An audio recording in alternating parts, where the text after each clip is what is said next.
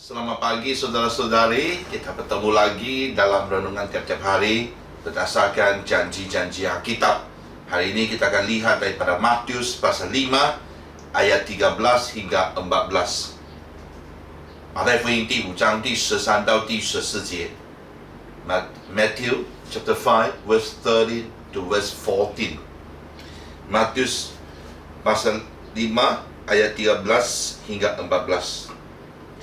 Kamu adalah garam dunia. Jika garam itu menjadi tawar, dengan apakah dia diasinkan? Tidak ada lagi gunanya selain dibuang dan diinjak orang. Kamu adalah terang dunia. Kota yang terletak di atas gunung tidak mungkin tersembunyi. Ini dua ayat yang kita lihat dan kita sentiasa diperingatkan bahwa kita ini garam dan terang dunia. Hari ini kita akan fokus kepada garam. Nah, garam saya percaya itu kita tahu banyak gunanya.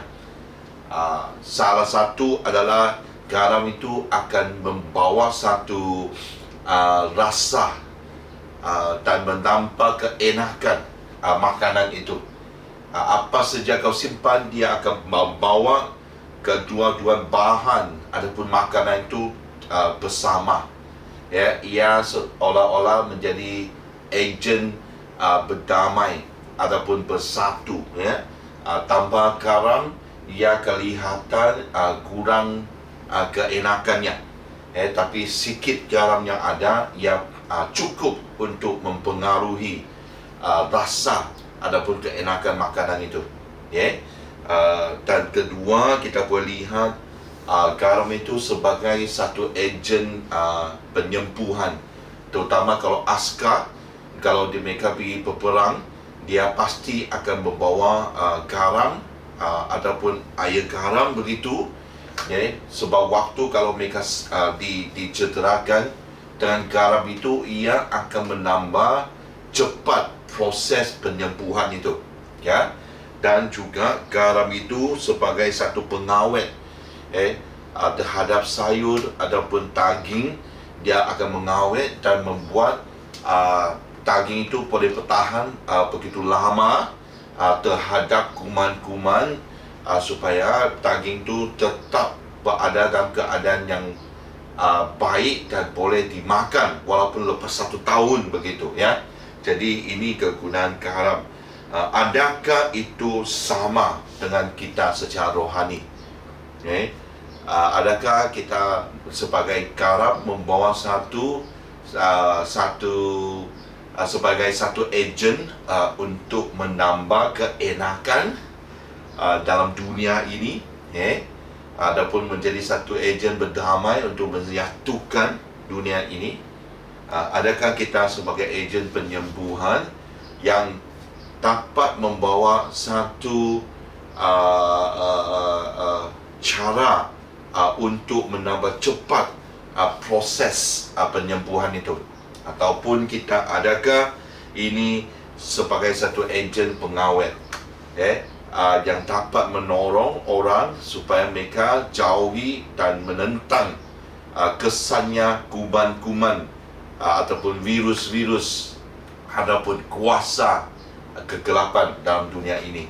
Ya, itunya sebagai garam yang Tuhan mau kita jadi. Dan di sini dia dalam ayat ini mengatakan tiada lagi gunanya. Sememangnya dalam waktu itu, terutama untuk Roma, di mana askar itu dibayar dengan garam, dengan satu beg garam. Jadi nilai seseorang itu adalah nilai garam yang dia ada. Itu peribahasa yang dulu mereka pakai. Itu yang menjadikan, kalau English, he's worth a salt.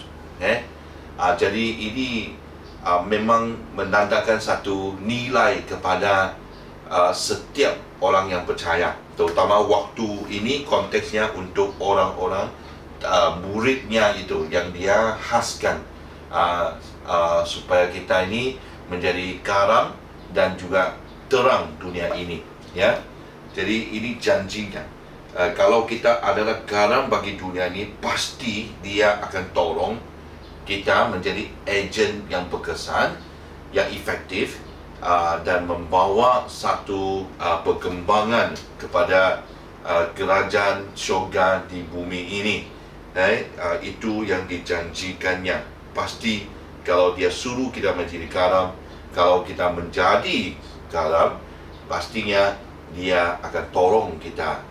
Itu yang kita mau menerima janjinya daripada Tuhan, supaya nilai seseorang itu melihat daripada nilai garamnya. Jadi saya mendorong kita semua ingat dari sini, supaya kita bukan saja mengikut mentaati daripada arahan Tuhan, dan kita tahu bahwa ada janjinya Tuhan di sana. Pastinya dia akan menyertai kita dan melakukan, waktu kita melakukan dan bertindak sebagai ejen bersatu, mendamai, ejen penyembuhan, dan ejen pengawet. Inilah nilai kita sebagai seorang murid Tuhan Yesus. Amin. Tuhan memberkati. Ada hari yang baru, sentiasa kita berharap kepada Tuhan dan bersandar kepada Dia. Pasti Tuhan, waktu Dia menyertai kita, kita tahu berkat-Nya akan juga akan menjadi berkelimpahan dalam hidup kita. Amin. Tuhan memberkati.